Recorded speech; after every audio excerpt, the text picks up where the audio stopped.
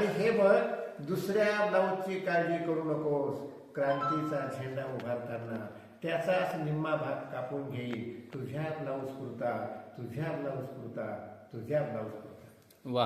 ह्या कवितेचा 37 वर्षापूर्वी इंग्रजीत भाषांतर झालेलं आहे. भगवान ठर नावाचे एक कवी होते विदर्भातले, त्यांनी त्याचं इंग्रजी भाषांतर केलेलं आहे टू वाईफ असं. माझ्या कवितेचं शीर्षक सखीस असं आहे. आणि मराठवाड्यातले आता वसमतकर मॅडम मराठवाड्यातले आहे, मी मराठवाड्यातला आहे. आणि आत्महत्याचं काय चाललंय, अजूनही आत्महत्या होत आहे. आणि आत्महत्या जसा शेतकरी करतो तशा मजुरांची परिस्थिती फार वाईट झालेली आहे. तर त्या काळात लिहिलेली कविता आजही लागू पडते. हे एक आणखी दुर्दैव आहे. कवितेचं शीर्षक आहे सखीस, इंग्रजी झालं टू वाईफ. माझं नाव रोहिदास कोटे आणि माझ्या कवितेचं शीर्षक आहे सखीस.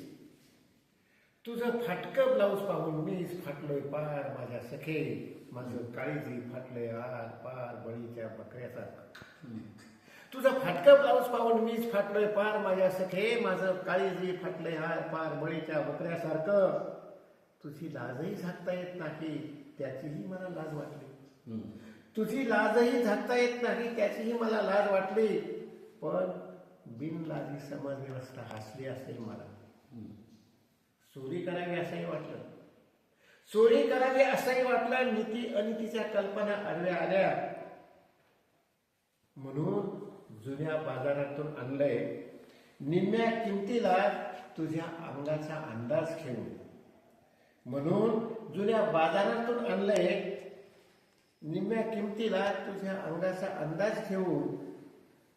अगं घाल हेच विषम समाज व्यवस्थेच्या नावानं. आणि हे बघ, दुसऱ्या ब्लाऊजची काळजी करू नको.